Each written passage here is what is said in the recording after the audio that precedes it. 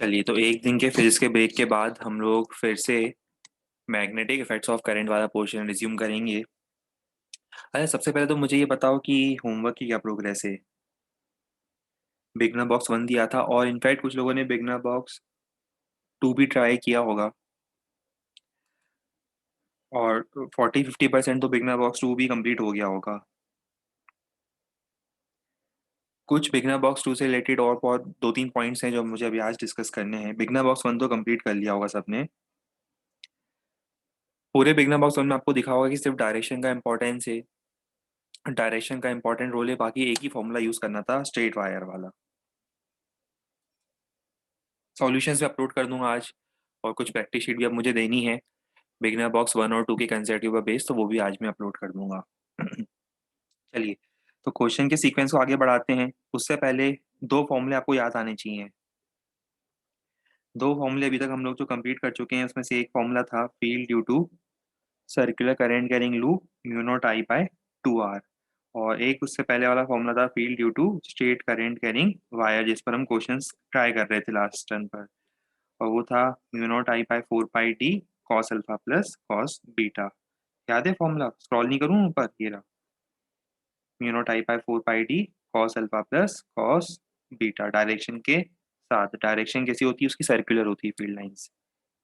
Direction को determine करने के लिए आप यूज करोगे राइट हैंड थंब रूल का मॉडिफाइड वर्जन। चलिए, अब इसके बाद क्वेश्चन का सीक्वेंस हम लोग कंटिन्यू कर रहे थे। ये सब कुछ हो गया था। ये लास्ट क्वेश्चन था जो हमने ट्राई किया था। अब हमें इसके बाद यहाँ से ट्राई करना है। तो आपको फाइंड क्या करना है? आपको इस टाइप का अरेंजमेंट दिया हुआ है जिसमें करंट आई फ्लो कर रहा है, और आपको फाइंड करना है field at point O.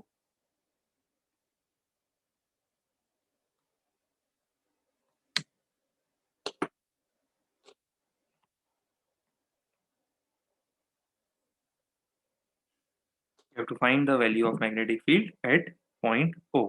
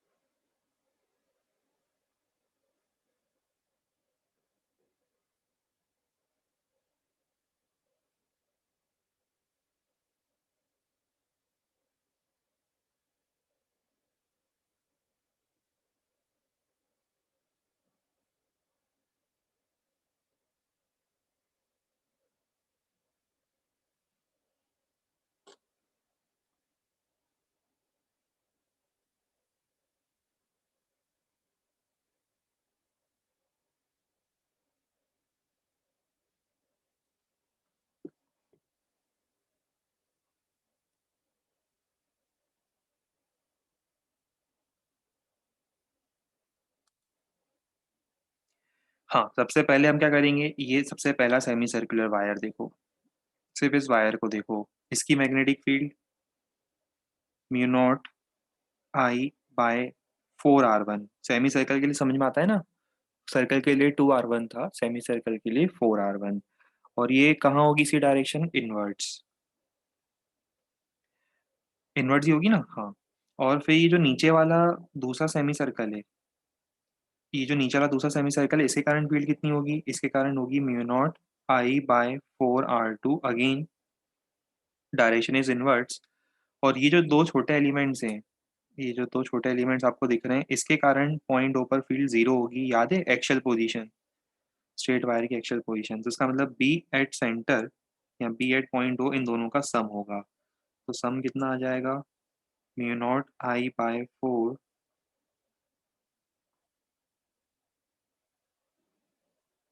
Into the plane.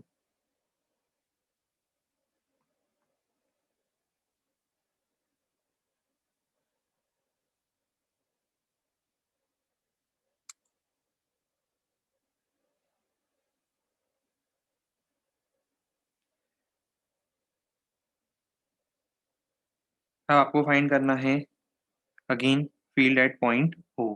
Current की डायरेक्शन दिख रही होगी, वैसे ये एरोज बनाए हुए हैं मैंने, थोड़े थिन एरोज बने हैं, बट डायरेक्शन दिख रही होगी आपको करंट की।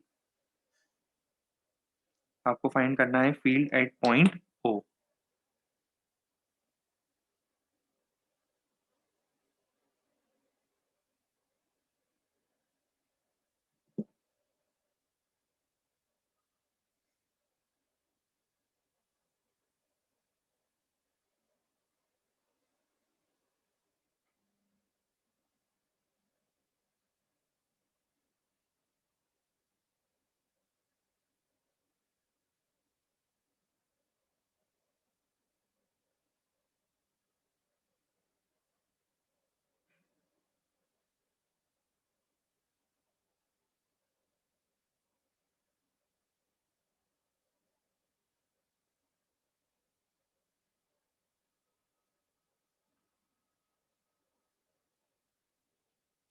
सिंपल है।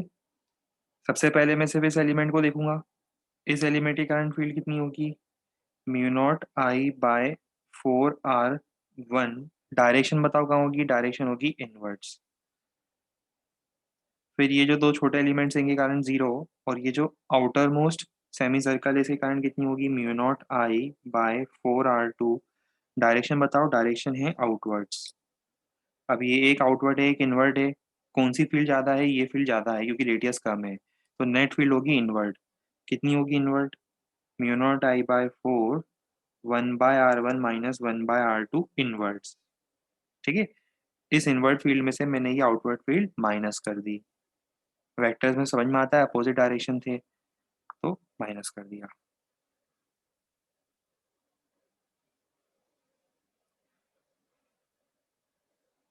हाँ, अब इस टाइप के क्वेश्चंस आपको मिले होंगे या मिलेंगे बिगनर बॉक्स 2 में। ये सेमी इनफाइनाइट वायर मानना है आपको, ये एक्चुअली क्या है? सेमी इनफाइनाइट वायर है। ठीक है। फिर ये दूसरा सेमी इनफाइनाइट वायर यहाँ पर दिख रहा होगा आपको, ये भी अगेन कैसा वायर है? ये भी सेमी इनफाइनाइट वायर है।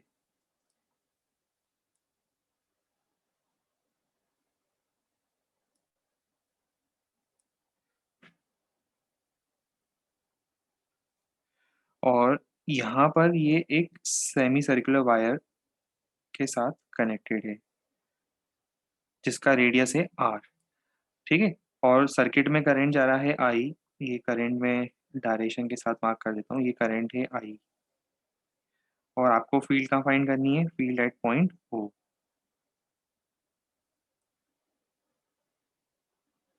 Find field at point O. Last slide. अरे ये सब तो खुद से नोट कर लो ना। फॉर्मूला लगाना है सिंपल, उसमें तो हमने बस एक्सप्लेन कर दिया, अब आपको इतनी देर के लिए तो याद होना चाहिए, इसको तो खुद से ही नोट कर लो अब आप।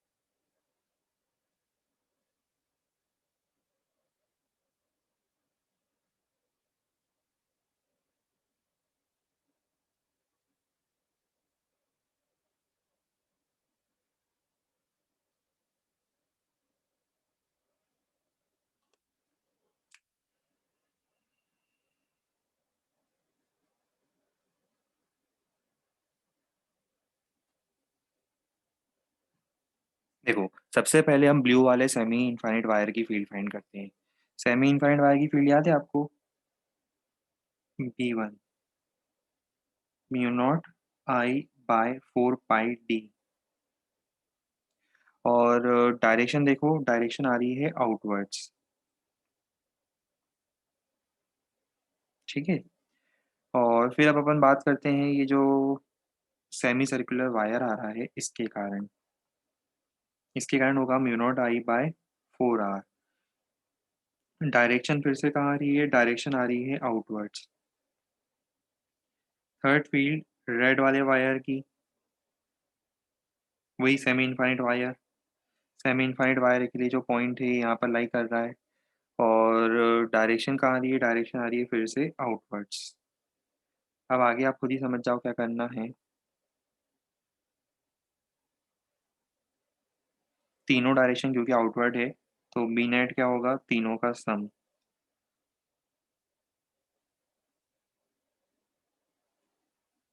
कितना हो जाएगा? Mu naught I bye 4R common, 1/पाई 2/पाई plus 1।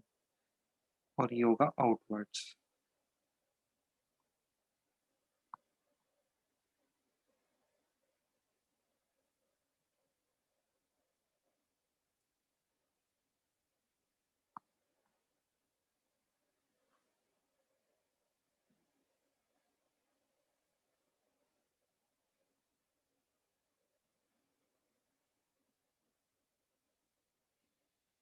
अच्छा, एक स्टूडेंट का डाउट आया है कि थर्ड वाले की फील्ड इन्वर्ट होगी। नहीं, ये अपन बहुत बार क्वेश्चन में डिस्कस कर चुके हैं, और ये तो मैंने डायग्राम आपको दिखाया था क्लासरूम में, याद करो। वो डायग्राम बनाया हुआ था हमारा एक, जिसके ऊपर मैं बार बार जाने की कोशिश कर रहा था ना, याद करो। वो थंब रखा था हम लोगों ने, उसमें बताया था फील्ड लाइन इस टाइप के सर्कुलर बनेगी, और ये इस ऊपर वाले पॉइंट पर कहाँ होगी? फील्ड आउटवर्ड होगी।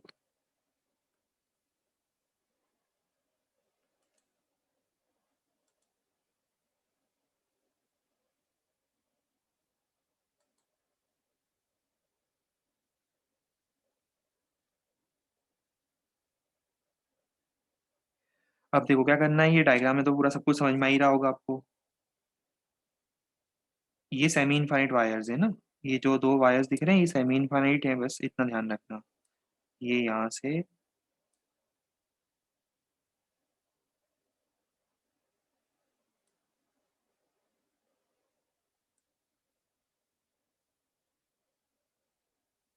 ये सेमी इनफाइनाइट।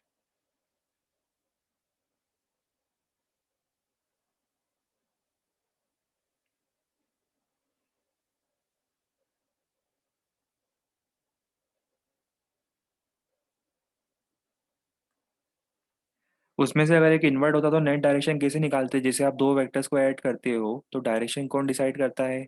जिस वेक्टर का मैग्नीट्यूड ज़्यादा बड़ा होगा वो डायरेक्शन डिटरमाइन करता है ना। तो अगर लास्ट क्वेश्चन में किसी एक की डायरेक्शन आउटवर्ड, किसी एक की इनवर्ड आती, तो नेट डायरेक्शन डिसाइड करने के लिए आप देखते कि किस वेक्टर का मैग्नीट्यूड ज़्यादा है, और उसके अकॉर्डिंग आप डायरेक्शन डिसाइड करते।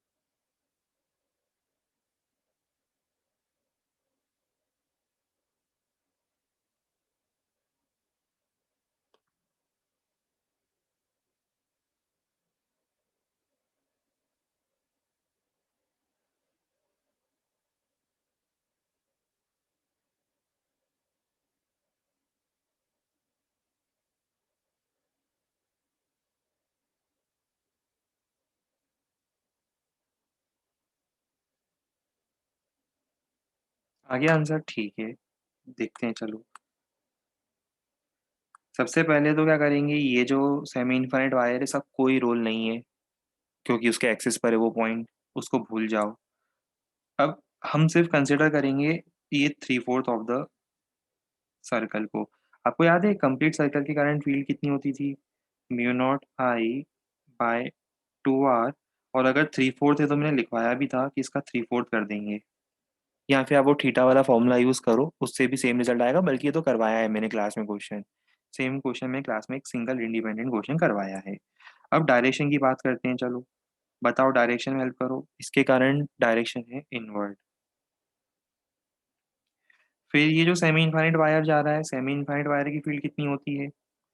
सेमी इनफाइनाइट वायर की फील्ड होती है mu naught I by 4 pi R. Direction कहाँ है? आउटवर्ड। अब आप डिसाइड करो कौन ज़्यादा है कौन कम है।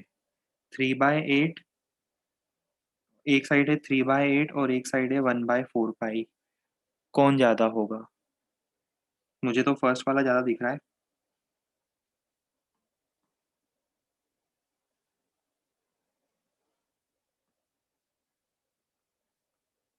सही बोल रहा हूँ क्या मैं, कि नहीं बोल रहा हूँ? आधे लोग बोल रहे हैं आउटवर्ड, आधे लोग बोल रहे हैं इनवर्ड। अरे भाई इसमें तो सही से कंपेयर कर लो। इसमें भी अगर मेरी जरूरत पड़ रही है तो गड़बड़ हो जाएगी ना फिर तो। लाओ, हम ही बता देते हैं। देखो B1 में बाकी सब सेम है, 3 म्यू नॉट आई बाय 8 है वो। और ये है mu naught I by 4 pi R. ये सब कुछ मैं बोल रहा हूँ सेम चल रहा है। ये है 3/8 और ये है 1/4 पाई। तो ये हो जाएगा 0.375 और ये है 1/12 समथिंग, तो कि बहुत छोटा होगा जितना मुझे दिख रहा है। तो इसका मतलब क्या होगा? इसका मतलब किसकी फील्ड डोमिनेटिंग होगी? B1 डोमिनेटिंग होगा। तो उसके कारण डायरेक्शन डिसाइड होगी। तो बी नेट क्या आएगा? B1 minus B2 inverts. तो बी नेट होगा B1 माइनस B2 इनवर्ट्स। करो कितना आएगा B1 minus B2 inverts?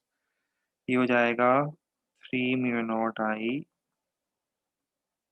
Minus mu naught I by 4 pi R into the plane. ये आंसर आ गया।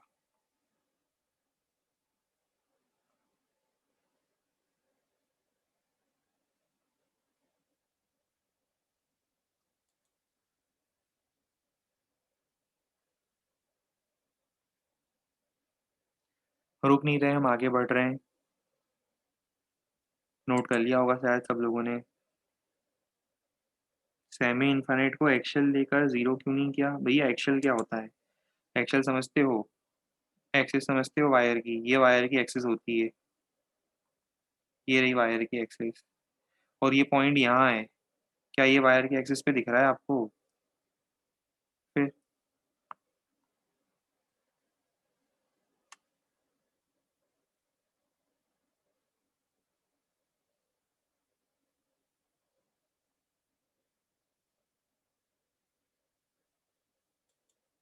डाउट पूछोगे तो हम हेल्प करेंगे, पर कुछ तो भी डाउट पूछोगे तो हम हेल्प नहीं कर पाएंगे, फिर ध्यान रखना। आप लोगों के डाउट अनलिमिटेड हैं और क्लासरूम का टाइम लिमिटेड है, जिसे हमें बिल्कुल प्रॉपरली चैनलाइज करना है कंसेप्ट के ऊपर भी।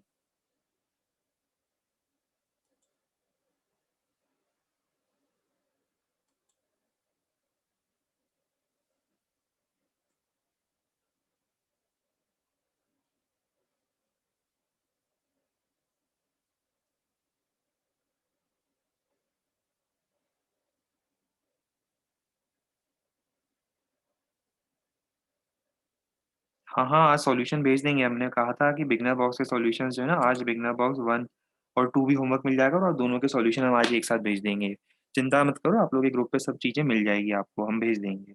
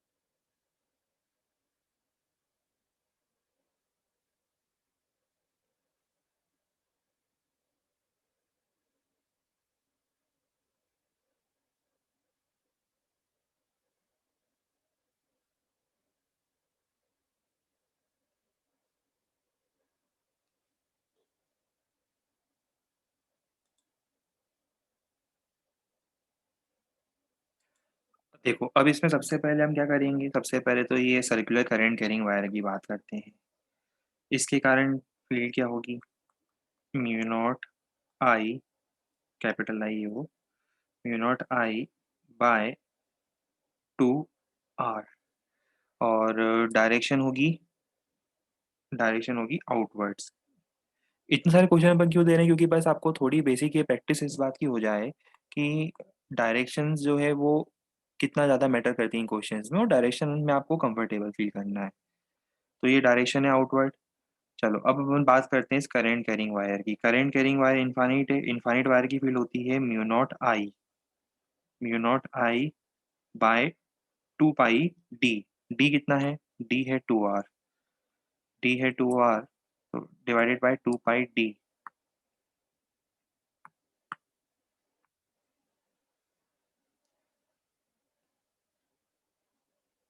और इसकी डायरेक्शन बताओ जरा, इसकी डायरेक्शन उस पॉइंट पर आ रही है आउटवर्ड्स। याद है मैंने आपको एक डायग्राम बना के बताया था कि यहाँ पे आउटवर्ड, यहाँ पे इनवर्ड, और वो सर्कल जो है वो आधा बाहर आधा अंदर रहेगा। अब इमेजिन करो, इस पॉइंट पर वो सर्कल जो है वो आउटवर्ड आ रहा है और फिर वापस इनवर्ड जाएगा। ठीक है। नेट नेट में क्या होगा, दोनों आउटवर्ड है, ऐड कर दो, बी नेट हो जाएगा B1 + B2 आउटवर्ड।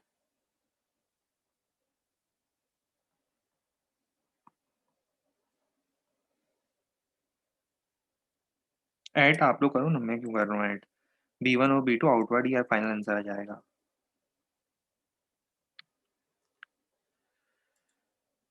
ठीक है। चलो, अब ये क्वेश्चन ट्राई करो।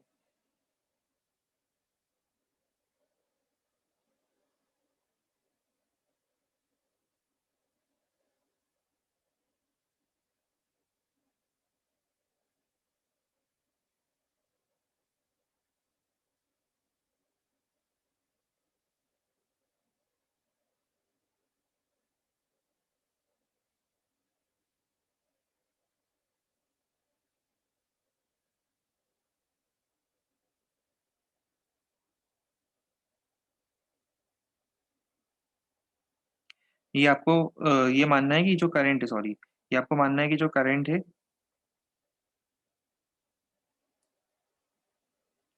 इसकी जरूरत वैसे है नहीं, पर आप मान लो, चलो आप मानना चाहते तो इसको आई मान लेना आप।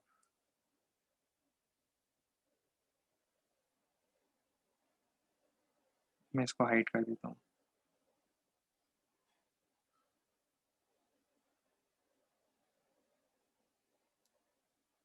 समझ में आ रहा है।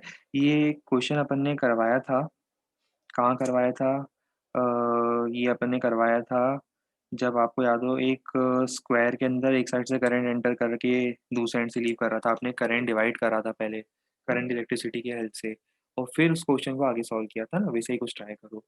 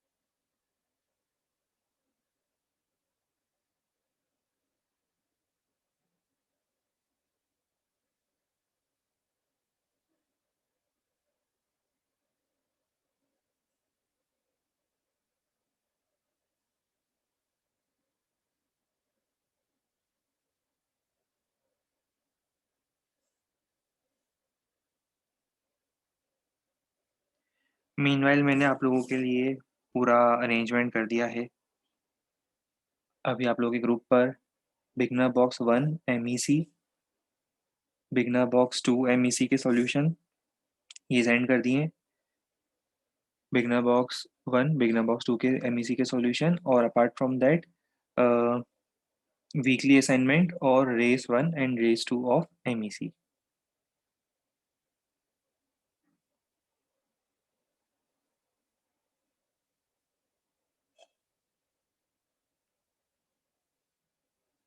और साथ में एक होमवर्क और दे दूंगा आज। वो होमवर्क होगा बिगनर बॉक्स 2। तो आपके पास करीब करीब ये मान के चलो संडे तक का टाइम होगा, है ना। बिगनर बॉक्स 1 हो गया है, बिगनर बॉक्स 2 आज करेंगे अपन। बिगनर बॉक्स 2 करने के बाद थर्सडे, मतलब आज का होमवर्क हो गया beginner box 2, Friday Saturday Sunday 3 दिन का होमवर्क आपके पास है। रेस 1 रेस 2 और उसके अलावा रेस 1 रेस 2 के अलावा ये जो वीकली असाइनमेंट हमने पोस्ट किया, ये 3 चीज़ें फ्राइडे सैटरडे संडे डेली के लिए एक एक चीज़ हो जाएगी आपके पास करने के लिए।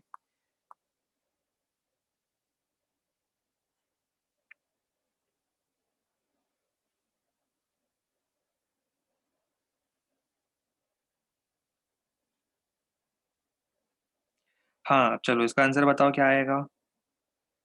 अभी तक आंसर नहीं आया, सही क्या बात है। बहुत देर से इंतजार करवा रहे हो हमसे। लाओ हम ही सॉल्व कर देते हैं। ये देखो, मैजिक। देखो भाई, सिंपल बात है कि आपने फॉर्मूला पढ़ा था, कितना था। हमने फॉर्मूला पढ़ाया था, आपने फॉर्मूला पढ़ा था। हमने फॉर्मूला पढ़ाया था, आपने फॉर्मूला पढ़ा था, ये वाला। वो आर्क वाला फॉर्मूला लिखवाया आपके कॉपी में, चेक करना आपकी कॉपी में आर्क वाला फॉर्मूला लिखवाया हुआ है। कल परसों की ही बात है, वो आर्क का डायग्राम बना के लिखवाया था। अब इसमें सब कुछ सेम तो है, रेडियस रेडियस सब सेम है, इसका मतलब प्रोपोर्शनल टू थीटा इंटू आई।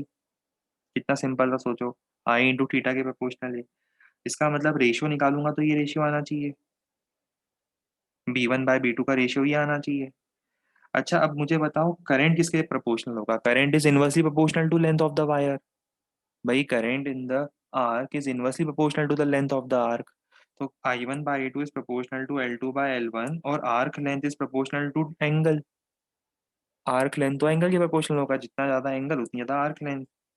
तो ये देखो I1/I2 इज इक्वल टू θ2/θ1, तो इसका मतलब ये रेशियो क्या आएगा, 1:1। कितना इजी क्वेश्चन था। उसका भी गड़बड़ कर दिया पूरा आंसर। सिर्फ एक दो लोगों ने सही आंसर बताया, बाकी पता नहीं। 1:5, 1:10, 1:25।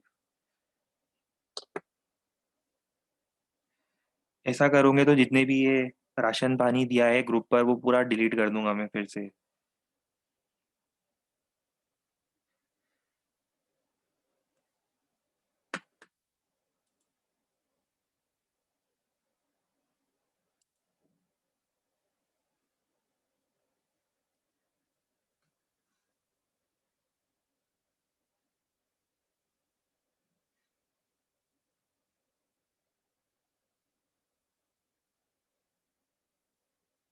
वैसे एक बात तो है, मतलब मैं अभी जैसे आप लोगों का ग्रुप चेक कर रहा था और मैंने एक चीज़ नोटिस करी कि जब आप लोग आपका व्हाट्सएप चेक करते होंगे, आपका ग्रुप चेक करते होंगे, तो एकदम से नहीं सुबह उठ के नींद उड़ जाती होगी कि फिजिक्स के इतने असाइनमेंट, उसके ऊपर लाइन से मैथ्स के असाइनमेंट भी हैं। वो उसके जस्ट ऊपर मैंने देखा केमिस्ट्री के असाइनमेंट भी हैं। है ना, मतलब एक एक दिन में कितने, 1 2 3 4 तो मुझे केमिस्ट्री दिख रहे हैं, और 1 2 3 मुझे हाल फिलहाल मैथ्स दिख रहे हैं, और ये 4 5 फिजिक्स के हो गए। है ना, बढ़िया है। जितनी प्रैक्टिस करोगे उतना अच्छा रहेगा। अब आओ, अब हम कुछ नया पढ़ें आज।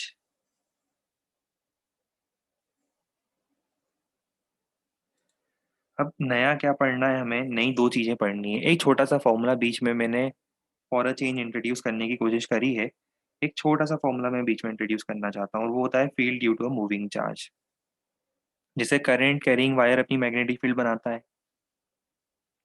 वैसे ही एक छोटा सा मूविंग चार्ज भी अपनी मैग्नेटिक फील्ड बनाता है। जैसे मान लो कोई एक चार्ज वार्ज है, जैसे मान लो ये चार्ज है, ये चार्ज v वेलोसिटी से मूव कर रहा है, और इस इंस्टेंट पर ये जो मूविंग चार्ज है, ये अपनी मैग्नेटिक फील्ड बना रहा होगा। अगर मान लो आपको फाइंड करना है इसके कारण पॉइंट पी पर मैग्नेटिक फील्ड क्या होगी। तो देखो ये फॉर्मूला, अब मुझे लगता नहीं कि आप लोगों को कुछ नया दिख रहा होगा। लगभग लगभग 90% पता था। बस 10% देखो, करंट की जगह चार्ज आया है। डीएल वेक्टर याद है, DL vector, Biot Savart law का डीएल वेक्टर, उसकी जगह वेलोसिटी वेक्टर लिखा है बस मैंने, और बाकी पूरा फॉर्मूला सेम लिखा है।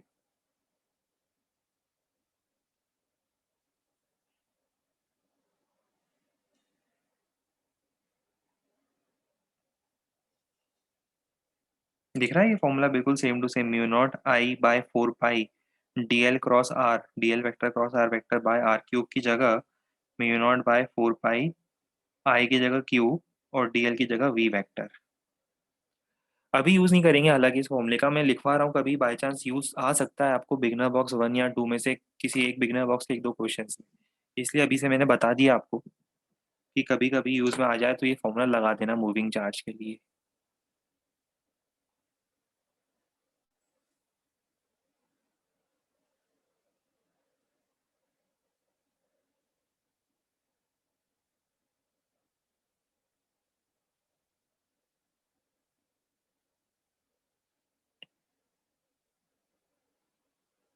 हो गया नोट? 15 सेकेंड और दूंगा सिर्फ, 15 सेकेंड में पूरा नोट हो जाना चाहिए।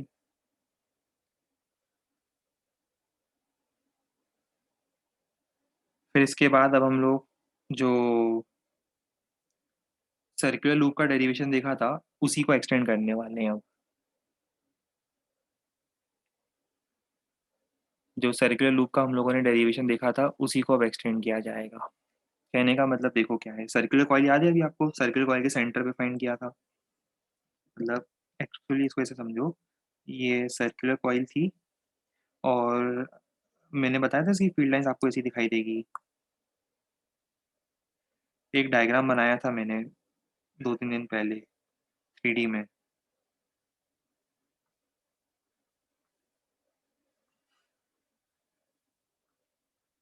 और ये भी बताया था कि इफेक्टिवली अगर ये करंट इस टाइप से जा रहा है तो ये आपका नॉर्थ पोल की तरह बिहेव कर रहा है, ये साउथ पोल की तरह बिहेव कर रहा है। खैर इसको तो मैग्नेटिक डाइपोल में अलग से पढ़ेंगे, इसे हम अलग से निपटाएंगे मैग्नेटिक डाइपोल में, बट हाल फिलहाल हमने फील्ड फाइंड करी थी सेंटर पर। अब मेरा सवाल आज ये है कि अगर मुझे इसके एक्सिस पर किसी जनरल पॉइंट पे फील्ड फाइंड करनी होती तो इसी के एक्सिस पर मुझे अगर किसी जनरल पॉइंट पर फील्ड फाइंड करनी होती, ये एक्सिस होगी है ना, मैं बात कर रहा हूँ इस लाइन की, ये एक्सिस होगी। अगर मुझे यहाँ किसी जनरल पॉइंट पे फील्ड फाइंड करनी होगी तो वही हम फाइंड करना चाहते हैं, field on the axis of a circular current carrying coil. तो देखो ये टास्क है, और अगर नंबर ऑफ टर्न्स n है तो मैं आपको पहले फॉर्मूला बताता हूँ फिर डेरिवेशन बताता हूँ। तो ये फॉर्मूला आएगा बी एट एक्सिस का, mu naught N I R square upon 2 R square plus x square की power 3/2, where N is the total number of turns, I current है, आर रेडियस है, दिख ही रहा है रेडियस है, और एक्स क्या है, डिस्टेंस ऑफ पॉइंट जहाँ पे आपको फील्ड फाइंड करनी है फ्रॉम पॉइंट ओ। अब इसको डिराइव करके देखते हैं। पहले मैं आपको उसका डेरिवेशन सिखाता हूँ, बोर्ड एग्जाम के लिए बहुत ज़रूरी था, ठीक है, क्योंकि ये 3 मार्क 5 मार्क के डेरिवेशन में यूजुअली आता था। अभी देखो हम क्या करेंगे ना, ये डिफरेंशियल एलिमेंट लेंगे। आपको वो डेरिवेशन याद है जो उस दिन हमने करा था? एक डिफरेंशियल एलिमेंट लिया था मैंने, डीएल वेक्टर, फिर ये आर वेक्टर था, फिर सेंटर पे फील्ड निकाली थी बायोट सावर्ट लॉ से। तो है तो एप्लीकेशन ही बायोट सावर्ट लॉ का, कुछ नया तो नहीं कर रहे, बायोट सावर्ट लॉ ही अप्लाई करेंगे, ठीक है। तो देखो हम क्या करेंगे, ये एक छोटा सा डिफरेंशियल सा एलिमेंट दिख रहा होगा आपको, ये देखो ध्यान से देखो दिखेगा। मान लो इसकी लेंथ है डीएल। अच्छा बताओ, वो पॉइंट जहाँ पे मुझे फील्ड निकालनी है उसका पोजीशन वेक्टर कहाँ पर है? इसके रिस्पेक्ट में उसका पोजीशन वेक्टर आपको दिख रहा होगा, ये दिख रहा है कुछ?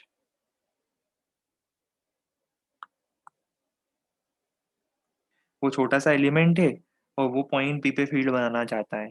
छोटा सा एलिमेंट पॉइंट पी पे फील्ड बनाना चाहता है तो वो देखेगा पॉइंट पी कहाँ पर है, उसको दिखाई दिया, अच्छा वो पॉइंट पी आर वेक्टर पर है, ये आर वेक्टर इस टाइप से जाएगा आर वेक्टर पर, तो वो आर वेक्टर पे फील्ड बनाएगा। पहले मुझे ये बताओ कि डीएल और आर के बीच में एंगल कोई बता सकता है मुझे, सही सही angle? What is the angle between DL vector and R vector? सही बताने वाले को 1,001 रुपये का इनाम दिया जाएगा। या सबने सही बता दिया? Price cancer. ज़्यादा कंपटीशन होने के कारण प्राइस कैंसिल करना पड़ा। हमें तो लग रहा था कि कुछ लोग ये एंगल बोलेंगे, पर सुधर गए। पहले से अब तक काफ़ी सुधर चुके हो आप लोग। 90 डिग्री। 90 डिग्री क्यों होगा? क्योंकि देखो, 3 डायमेंशन में देखो, तो डीएल आ रहा है बाहर, out of the plane. DL है आउट ऑफ द प्लेन, दिख रहा है? वो 2 डायमेंशन में डायग्राम है, 3 डायमेंशन में देखो डीएल है आउट ऑफ द प्लेन, और आर वेक्टर जो है वो इसी प्लेन में है, तो 90 डिग्री एंगल बनेगा।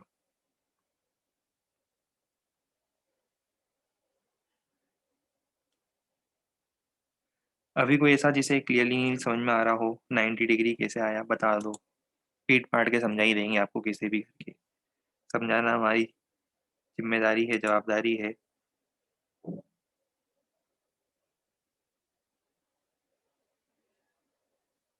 समझाने के और भी तरीके होते हैं। डायरेक्ट समझ में नहीं आया तो पीट पाट के भी समझाया जा सकता है उसी चीज को। उससे डेटा ट्रांसफर जल्दी होता है ना, जब कई बार आपका मोबाइल या लैपटॉप में फाइल जा नहीं रही होती है, ठीक है, तो आप क्या करते हो, लैपटॉप मोबाइल को पटकने लग जाते हो जोर जोर से, फिर एकदम से फाइल ट्रांसफर स्टार्ट हो जाता है, बस वैसा ही।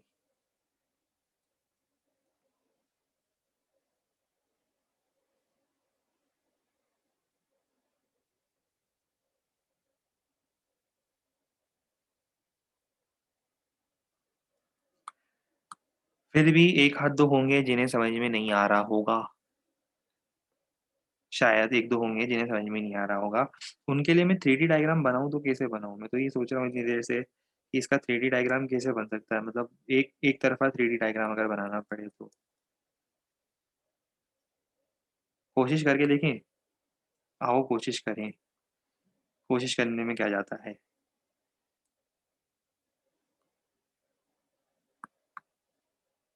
हालांकि मुश्किल है इसका 3D डायग्राम बना पाना, बट देखते हैं सफलता हाथ लग पाती है या नहीं।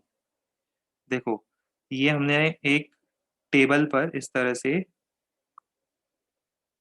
ये एक टेबल पर इस तरह से हम लोगों ने एक सर्कुलर लूप को रख दिया।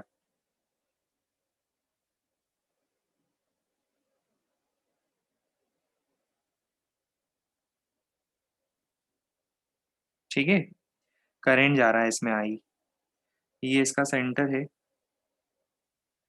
और ये इसकी एक्सिस है।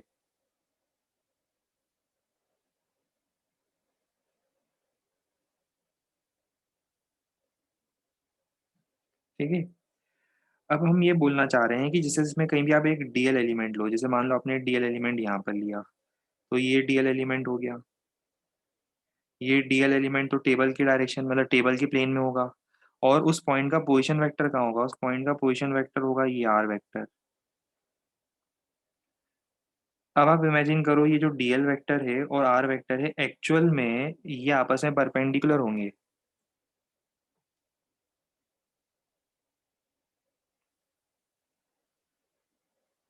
ये एक्चुअली एक टी शेप बनेगा, अगर आप इमेजिन कर पाओ तो ये एक टी शेप बनेगा। ये देखो, ये टी शेप बनेगा।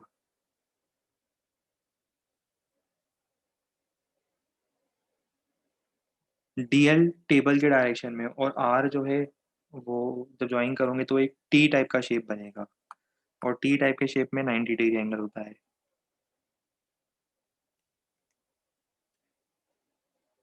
ये आपको इंजीनियरिंग फर्स्ट ईयर में पढ़ाया जाएगा। ठीक है, याद है ना ये स्टैंडर्ड अप्रोच?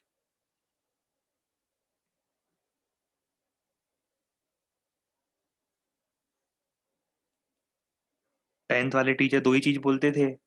क्या बोलते थे 10th वाले टीचर? एक दिन बोलते थे कि 9th में पढ़ोगे, 9th में पढ़ चुके हो, और एक दिन बोलते थे कि 11th में पढ़ाया जाएगा। तो अल्टरनेट उनके पास ही दो ऑप्शन होते थे, है ना? 10th वाले टीचर बोलते थे ना, या तो 9th में पढ़ चुके हो, ये चीज़ तो आप 9th में पढ़ चुके हो, या तो आप 11th में पढ़ोगे। वैसे ही अब 12th में क्या बोलेंगे बताओ? या तो आप ये 11 में पढ़ चुके हो, पर 11 में तो पढ़ा नहीं है, समझ में आ जाएगा बच्चों को। तो उससे अच्छा है कि इसको बोल दें कि ये आप इंजीनियरिंग फर्स्ट ईयर में पढ़ोगे, कॉलेज में पढ़ोगे, बिल्कुल। आओ अब हम इसको आगे देखें। चलो, आपको समझ में आ गया angle between DL vector and R vector is 90 degree. तो मुझे बताओ बायोट सावर्ट लॉ क्या बोलता है? हर लॉ कुछ बोलता है। बायोट सावर्ट लॉ क्या बोलता है? Applying Biot Savart law, DB is mu naught I by 4 pi DL sine 90 degree divided by small R का स्क्वायर, दैट इज।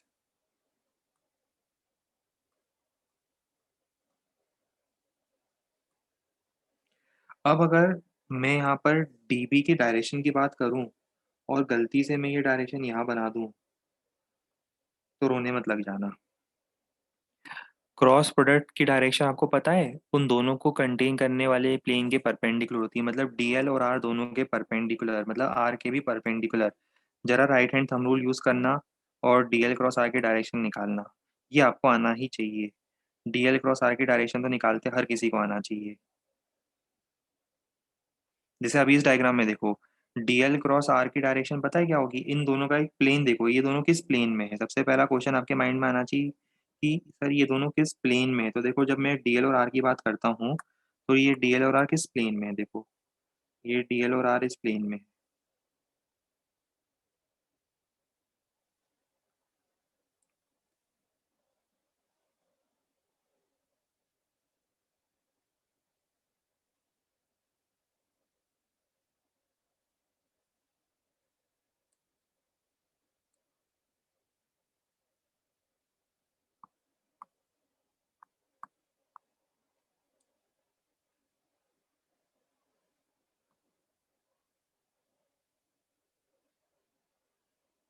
ये देखो, और डीएल क्रॉस आर का जो क्रॉस प्रोडक्ट होगा, it will be perpendicular to both DL as well as R. ये देखो,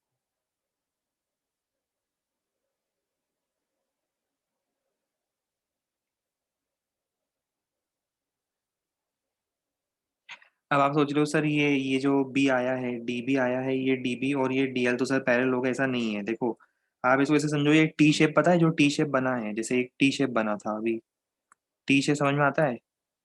जो अभी अपन ने बनाया था, ये डीएल था, ये आर था, टी शेप बना था।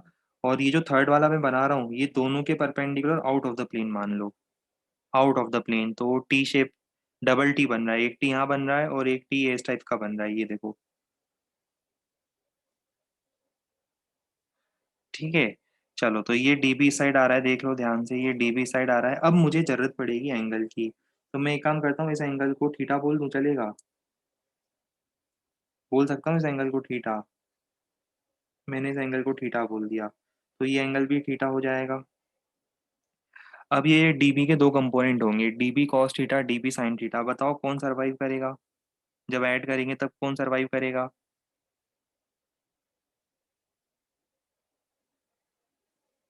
साइन थीटा सरवाइव करेगा कि कॉस थीटा सरवाइव करेगा? कॉस थीटा सरवाइव करेगा, बिल्कुल सही। समझ में आता है कि डीबी साइन थीटा की जगह यहाँ पे नीचे दूसरा एक फील्ड भी बनेगा, दोनों एक दूसरे के वो वर्टिकल कंपोनेंट को कैंसिल करने वाले हैं। अल्टीमेटली इस तरह की चीज़ें आप 11 में भी कर चुके हो, 12 में भी कर ही रहे हो। आपको पता है कि कॉस थीटा बच जाएगा, साइन थीटा कैंसिल होगा, तो हम क्या करेंगे, जब फील्ड निकालेंगे तो हम क्या लिखेंगे बताओ? हम लिखेंगे B net is equal to integral of D B cos theta. मेरी हेल्प करो इस इंटीग्रेशन को फाइंड करने में। डी बी कितना है? डी बी कितना है? Mu naught I by 4 pi d l by r square. Cos theta बताओ कितना है? Cos theta small r, capital R by small r, ये देखो capital R by small r. Cos theta है capital R by small r. ये पूछना मत sir ये कैसे लिख दिया है ना, ये लिख दिया इसको यहाँ पर। बी नेट आएगा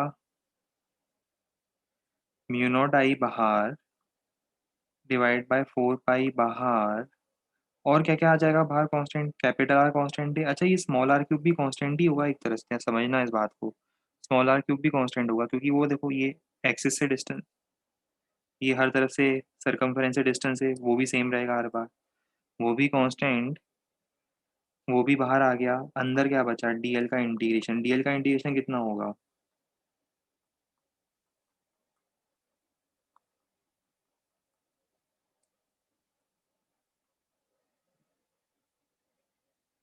2 pi capital R, small R नहीं, कैपिटल आर।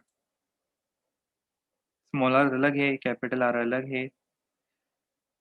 हाँ, अब इसके बाद वेर स्मॉल आर कितना है, small are is √of r² + x²। अब एक काम करो, स्मॉल आर की वैल्यू रखो, अगले ही स्टेप में आपको ये फॉर्मूला आता हुआ दिख जाएगा। ये फॉर्मूला आ चुका है, अगले स्टेप में आपको दिख जाएगा। एन नहीं आ रहा होगा बस, क्यों, क्योंकि हमने सिंगल टर्न के लिए निकाला है। फिर एन से मल्टीप्लाई कर देना तो आपको एन टर्न्स के लिए मिल जाएगा।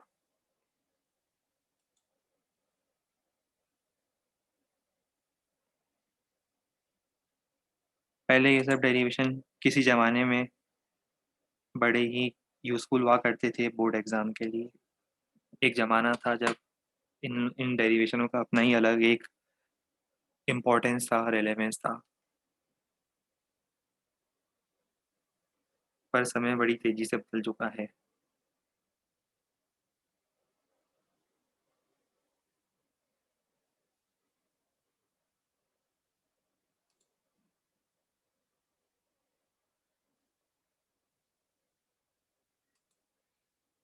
लिखना शुरू कर दो।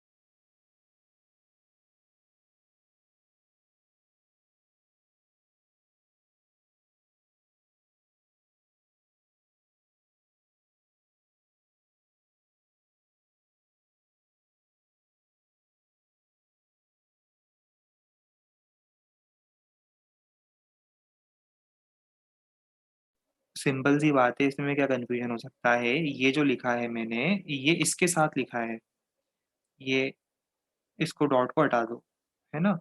ये फॉर्मूले के अंदर आपने सारी चीज़ें तो देख ली क्या है होनी चाहिए, मतलब सब कुछ तो आपको पता है क्या है, बस ये साथ में कैपिटल एन क्या है, कैपिटल एन ये जो लिखा है it is number of toys, तो यहाँ तक तो ये फॉर्मूला हो गया पूरा।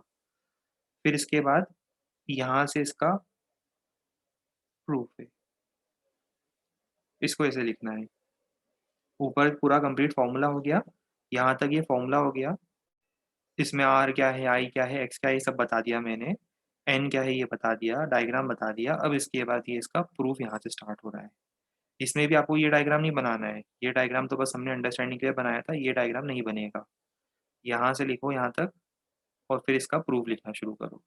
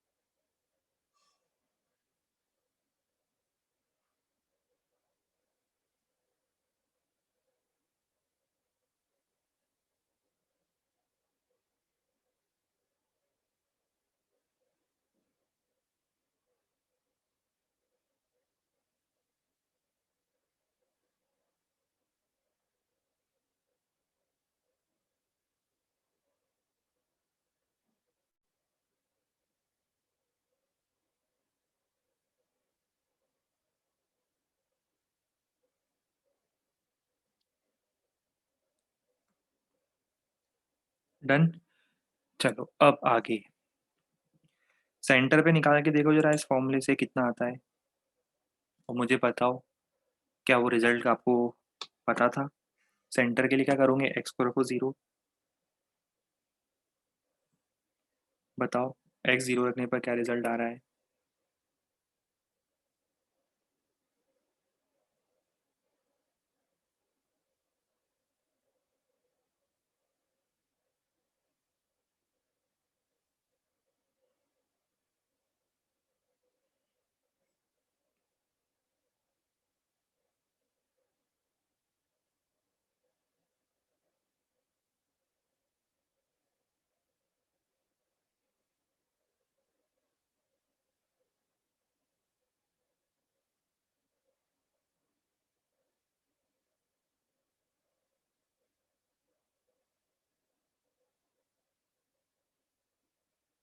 आ गया सेम रिजल्ट जो हम एक्सपेक्ट कर रहे थे। बिल्कुल, जो कि सर्कुलर वायर के लिए सर्कुलर लूप के हमने सेंटर पे पढ़ा था वही फॉर्मूला है। ठीक है। अब इन जनरल आप इसका ग्राफ बनाते हो अगर ओवरऑल ये जो इक्वेशन आई है, लिख लोगे ना पॉइंट, ये लिख दूं मैं, लिख देता हूँ formula. B at centre equal to mu naught I by 2r। ठीक है, ये आएगा। अच्छा, अब इन जनरल आप बी वर्सेस एक्स का ग्राफ बनाओगे। बी वर्सेस एक्स मतलब ये बी वर्सेस एक्स का ग्राफ, बी वर्सेस एक्स का graph, B field versus distance from centre का ग्राफ अगर आप बनाओगे तो ये इस तरह का ग्राफ बनेगा। ध्यान रहे, सेंटर पे मैक्सिमम है और आगे जाते जाते एक्सिस पर आगे जाते जाते रिड्यूस होते होते इन्फिनिटी पर आते आते कितनी हो जाएगी, टेंडिंग टू जीरो। ग्राफ थोड़ा और अच्छा बना देना तो ये ऐसा बनेगा। समझ में आता है ना, ग्राफ थोड़ा और अच्छा बनाओगे तो ये इस टाइप से बनेगा। बनाओ ग्राफ इसका।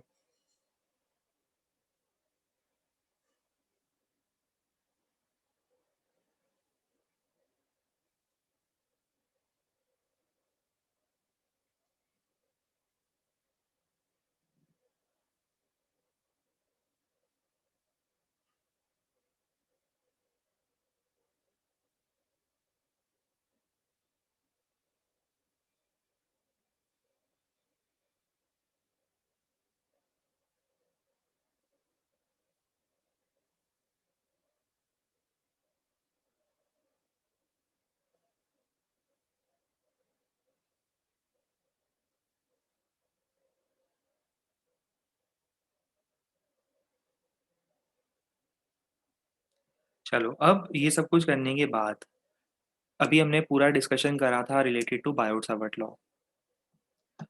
बिगनर बॉक्स 2 आज आपका होमवर्क भी है, ये भी आपको पता चल गया है। बिगनर बॉक्स 2 ये सर्कुलर लूप के ऊपर बेस्ड था। अब इसके बाद हम लोग आज बात करेंगे एम्पियर सर्किटल लॉ की। बायोट सावर्ट लॉ एक इंडिपेंडेंट हो गया अलग से। ठीक है। अब इसके बाद आज हम लोग बात करेंगे एम्पियर्स सर्किटल लॉ। ये आप एक तरह से समझ लो कि जिस तरह से याद है आपको कूलम्स लॉ के बाद आप गॉस लॉ पढ़ते थे और गॉस लॉ के हेल्प से कुछ हाईली सिमेट्रिक केसेस के क्वेश्चन बहुत जल्दी होते थे। गॉस लॉ के हेल्प से आप फील्ड निकालते थे। ठीक उसी तरह से आपको समझ लो कि जैसे आप गॉस लॉ के हेल्प से फील्ड निकालते थे, ठीक उसी तरह से समझ लो कि यहाँ पर आप एम्पियर सर्किटल लॉ के हेल्प से मैग्नेटिक फील्ड निकालोगे in some highly symmetrical cases. तो एम्पियर सर्किटल लॉ का मेन यूज क्या होता है, it is used to find और कैलकुलेट और evaluate field, magnetic field due to current carrying elements in highly symmetrical cases. अब highly symmetrical cases से हमारा मतलब क्या है, देखो पहले मैं आपको वो बताता हूँ फिर आप पढ़ोगे तो मजा आएगा। देखो आगे जाकर हम ये फॉर्मूला पढ़ा है आपने, mu naught I by 2 pi R, infinity long straight wire. वो इंटीग्रेट करा था और फिर cos alpha cos beta cos theta one cos theta two को cos phi one cos phi two में फाई वन फाई टू को 0 degree रखा था। तो स्पेशल केस इनफाइनाइट वायर का मिला था हमें। और उसके पहले याद करो इंटीग्रेट करने में बहुत मेहनत लगी थी। अब देखो आज हम इनफाइनाइट वायर होगा तो डायरेक्टली निकालने की कोशिश करेंगे with the help of Biot Savart law. तो ये कुछ एप्लीकेशन होंगे, sorry with the help of ampere circuital law. कुछ एप्लीकेशन होंगे जो अब हमें आगे जाके पढ़ने हैं, बहुत सारे डायग्राम पढ़ने हैं हमें आगे। लपक लपक के लाइन से बहुत सारे डायग्राम आएंगे, चीज़ें इंटरेस्टिंग होने वाली है फिर। ठीक है, ये सब कुछ आगे आने वाला है बट इन सब के लिए पहले हमें क्या करना पड़ेगा, पहले हमें समझना पड़ेगा ना ये लॉ क्या बोलता है। तो बहुत सिंपल है ampere circuital law. Ampere circuital law ये बोलता है, डिफरेंस समझो पहले तो। आप जब गॉस लॉ यूज़ करते थे तब आप 3 डायमेंशनल सरफेस बनाते थे। गॉस लॉ में आपका यूज़ होता था 3 डायमेंशनल सरफेस। 3 डायमेंशनल सरफेस याद है। हाँ, गॉस लॉ का भाई है, बिल्कुल भाई के जैसा ही है उसके। बट ये समझ लो कि गॉस लॉ में आप सरफेस यूज़ करते थे, यहाँ पे आप सरफेस यूज़ करने के बजाय यहाँ पर आप यूज़ करोगे लूप, क्लोज लूप। वहाँ क्लोज सरफेस होता था, वहाँ क्लोज सरफेस होता था 3 डायमेंशन में, यहाँ क्लोज लूप होगा। अभी अपन बताएंगे तो समझ में आएगा ज़्यादा अच्छे से जब एग्जाम्पल्स देखेंगे। तो 2 डायमेंशनल क्लोज लूप होगा। हाँ, रियल ब्रदर नहीं है, कजिन ब्रदर है, बिल्कुल सही। अब हम काम की बात पे आते हैं। अब ये रियल ब्रदर कजिन ब्रदर वाला केस छोड़ो और काम की बात पे ध्यान दो अभी। Close loop having constant magnetic field is equal to, याद है वहां पे आप ऐसा लिखते थे, E vector dot D S vector equal to Q in by epsilon naught. देखो दोनों कजिन ब्रदर हैं। यहाँ पर क्या लिख रहा हूँ मैं, ई की जगह बी, एरिया की जगह लेंथ, 1/एप्सिलॉन नॉट की जगह आता है म्यू नॉट, ध्यान रखना 1/एप्सिलॉन नॉट की जगह हमेशा म्यू नॉट आता है, आगे भी बताऊंगा मैं आपको। और क्यू इन की जगह आता है करंट।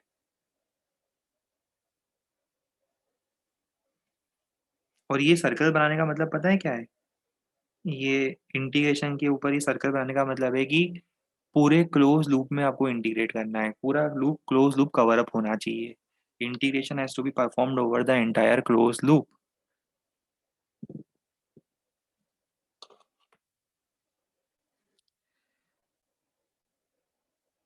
अभी रुको, नोट करने से पहले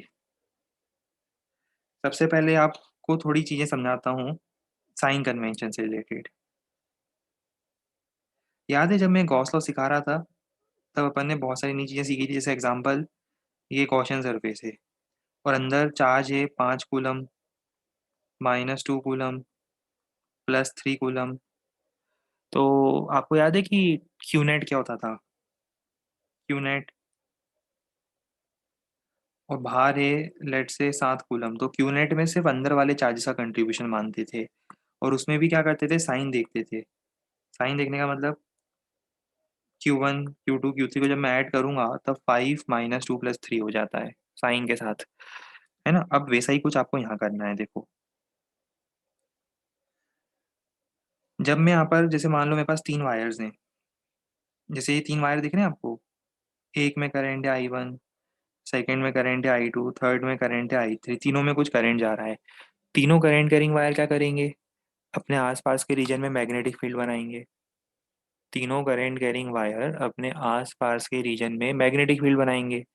ठीक है, तो अब हमने क्या करा, हमने वो मैग्नेटिक फील्ड फाइंड करने के लिए इन तीनों वायर्स के अबाउट एक एम्पीरियन लूप बनाया है, देख रहे हो, ये एम्पीरियन लूप है। ये आपको 2 डायमेंशनल एम्पीरियन लूप दिख रहा होगा। ये क्लोज 3 डायमेंशनल सरफेस नहीं है, ये लूप है। लूप समझते हो, जिसे वो देखा था, वो वंडर वुमन मूवी देखी, उसमें वो उसके पास वो एक क्या होता है, एक सॉर्ट ऑफ एक मैजिकल वो होता है, वो उसको फेंकती है, वो घुमाती है, वो पता नहीं एक लूप बनता है उससे, क्या बोलते हैं उसको, वेप, हाँ वेप, वेप ऐसा कुछ, वेप से देखा होगा, वो लूप वूप बनाती है, नहीं देखी मूवी, भूल जाओ, कोई बात नहीं।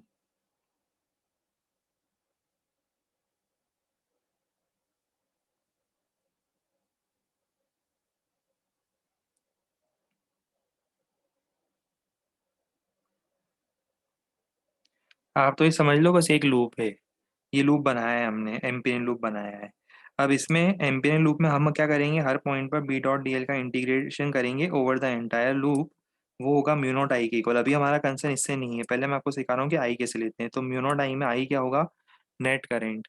नेट करेंट में डायरेक्शन देखनी पड़ेगी, net current inside the Amperian loop, net current crossing inside the Amperian loop, उसमें डायरेक्शन देखनी पड़ेगी। तो देखो डायरेक्शन के हिसाब से मैं क्या लिख रहा हूँ, I1 - I2 + I3। और याद है जैसे गॉस लॉ में फील्ड सबके कारण होती थी, जो चार्ज अंदर है और जो बाहर है सबके कारण, बट करंट, बट जो चार्ज होता था वो सिर्फ इनसाइड वाला लेना होता था। सेम केस यहाँ पर बी किसके कारण है, B is the net magnetic field, B net magnetic field है, बट आई क्या है, I is the net current crossing inside the Amperian loop. कहने का मतलब है, अगर कोई current carrying wire Amperian loop के बाहर है तो उसे यहाँ तो नहीं कंसिडर करना है, पर जो नेट फील्ड है उसमें वो ऑलरेडी कंसिडर हो चुका है, जैसे आपने गॉस लॉ में पढ़ा था। क्लोज लूप जिसके लिए हम ये इंटीग्रेशन फाइंड करने वाले हैं, integration of B dot D L, इसको हम बोलते हैं एम्पिरियन लूप। जैसे आधे गॉसियन सरफेस बोलते थे, वैसे ही आज इसको हम बोलते हैं एम्पिरियन लूप, जिसके लिए इंटीग्रेशन फाइंड करेंगे। जरा एक बार इस डायग्राम को देखो और हाँ बोलो कि हाँ सर ये क्लियर हो रहा है। पहली बात तो ये एम्पिरियन लूप बनाया मैंने, देखो ये एम्पिरियन लूप बना हुआ दिख रहा है आपको, ये एम्पिरियन लूप है। अब इस एम्पिरियन लूप के अंदर से कौन से करंट पास कर रहे हैं बताओ जरा, ये एम्पिरियन लूप के अंदर से I2 I3 I4, इस डायग्राम में I2 3 और 4, 2 3 और 4 इसके अंदर से पास कर रहे हैं। कौन इसमें से पास नहीं कर रहा है? I1 इसमें से पास नहीं कर रहा है। और इंटीग्रेशन किस बात पे करना है? ये जो आपने एम्पिरियन लूप लिया है, इस क्लोज लूप पे आपको इंटीग्रेशन करना है। बात समझ में आ रही है? अभी मैं अप्लाई करूंगा ना, तब जाके क्लियर होगा। अभी ऐसे तो क्लियर नहीं होगा। जब हम अप्लाई करेंगे तब जाके क्लियर होगा। पर पहले इसको नोट जरूर कर लो। हेडिंग डालो, एम्पियर सर्किट लॉ। अप्लाई करूंगा तब क्लैरिटी बनेगी। नोट किया जाए इसे।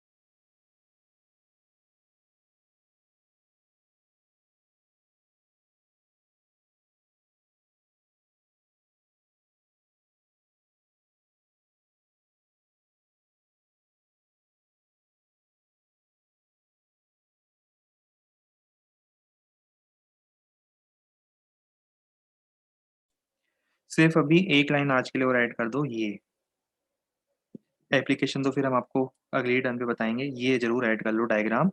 और ये इतने पॉइंट्स यहाँ तक इतना नोट जरूर करना है। डायग्राम बनाना जरूरी है। डायरेक्शन का ध्यान देना। I1 I2 I3 की डायरेक्शन अलग अलग बनाई है मैंने।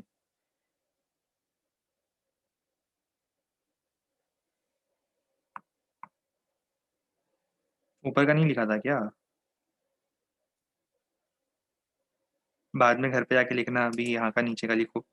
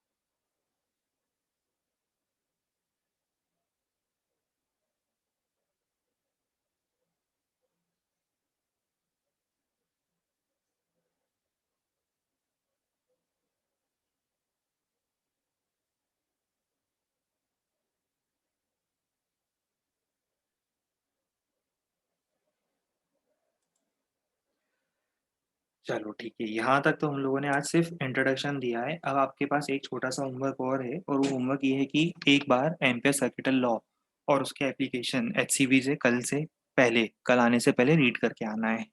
तो हम लोग कल नेक्स्ट टर्न पर एम्पियर सर्किटल लॉ के एप्लीकेशन देख पाएंगे, ताकि हम वीकेंड पर हो सकता है इसका होमवर्क भी मिल जाए। मुश्किल है वैसे थोड़ा, क्योंकि इतनी जल्दी तो नहीं हो पाएगा, ये टॉपिक है ना एक दिन में। ठीक है, बट एचसीवी से रीड जरूर कर लेना। चलो फिर आगे कंटिन्यू करते हैं। Tata bye bye, take care.